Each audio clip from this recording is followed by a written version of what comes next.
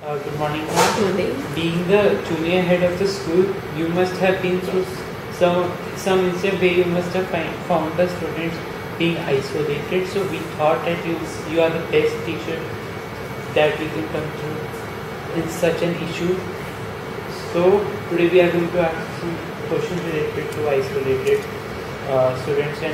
So the first question is, so do you think that the isolated students choose to be alone, or is it because they refuse to be with them? The other students refuse to be with them. That's what you want to know. See, first, I'll just correct you a little here. In junior school, isolation cases are lesser as compared to middle or senior school because they are much younger and their level of understanding, everybody is a friend for them. There's nothing like my best friend or not my best friend. If you go to the pre-primary division, they're crying most of the time. They're the ones who come in absolutely new. So they take time and then they make friends. So there's nothing like that isolation per se in that age group. There are some children who are shy and some children who are extroverts, so they'll speak up. So in junior school we face this problem comparatively lesser. It increases by the time they go into class 3, 2, 3. That's when it starts to increase a little. It has changed from batch to batch also. I've seen it in different batches, the cases of isolation. In my view, I think isolation happens because primarily that the student who's being isolated, one, is a little shy kind of a student, is a little introvert. And that's when the others who are around them take it as an advantage and they further isolate that child. Wherein that little shy child should be encouraged to make friends with the other students and participate with them, wherein that's not the case that happens. So the real cause of it is also both ways. That one, that student is generally a little introvert one, and second, people further push that child away. It also could be that the child has some special needs sometimes. The child has some kind of differential needs in terms of not just academic but various things, is an avid reader, let's say, and enjoys reading. And so the others say, this boy, this girl is useless, only reads, we don't want to be friends. So they'll again isolate, which is not a good thing because it's not a bad habit to be reading. So a lot of reasons fall into this. So ma'am, do you believe that isolated kids behave differently during class, and does it affect their academic performance?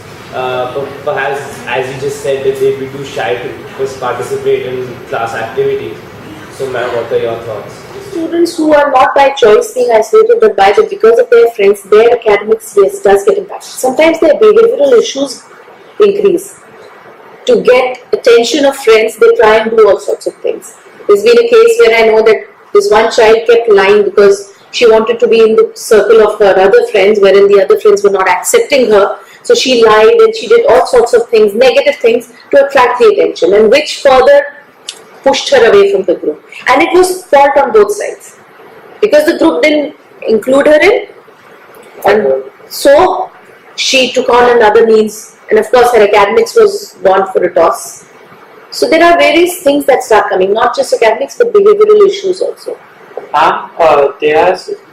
We students, we try the isolated students, like help them or do something to care them, but they feel that they are being mocked. So, and they so fear from the classmates. So can you suggest this to be avoided? Okay, so what you're trying to say is when you try to help them, they feel they're being mocked, and they're not accepting it as true help.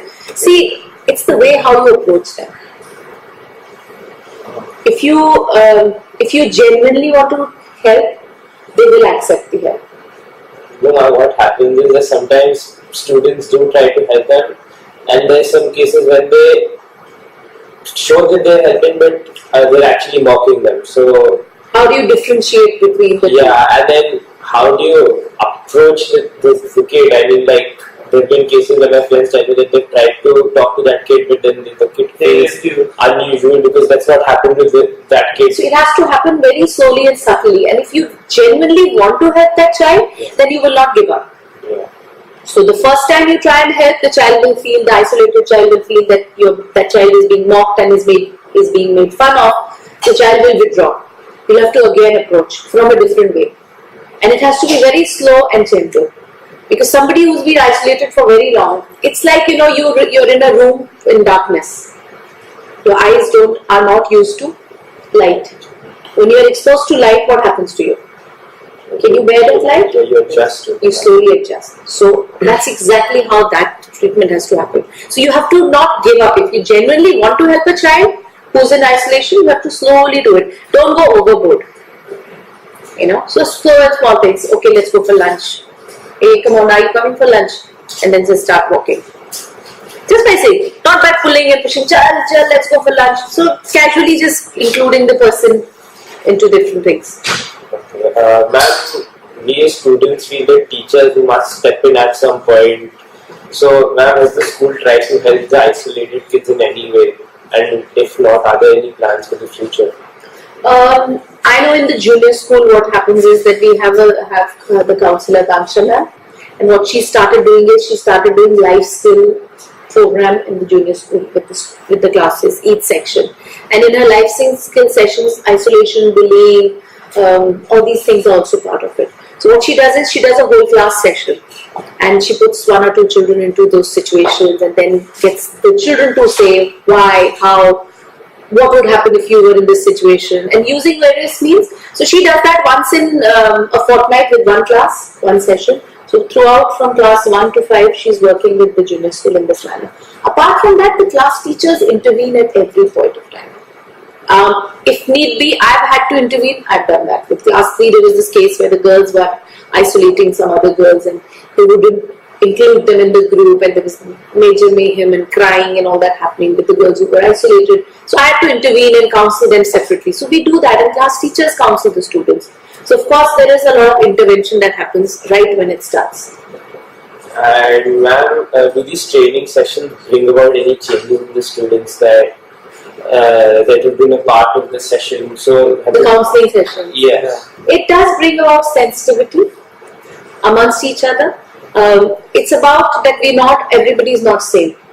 I may have some strengths and you may have the other strengths. So the weaknesses that I may have may be your strengths. So it's about knowing that and then accepting each other the way they are. So that's what we keep striving for, and it has made a difference. It has helped in kind of getting, the most important thing is in the junior school we tell them that not everybody has to be your best friend. Each one will have their own best friend. But then that doesn't mean that you're not friends with others, that you're not kind to others. Does it mean that you're only kind to your best friend? Got to be kind with others. So that's the kind of approach we take.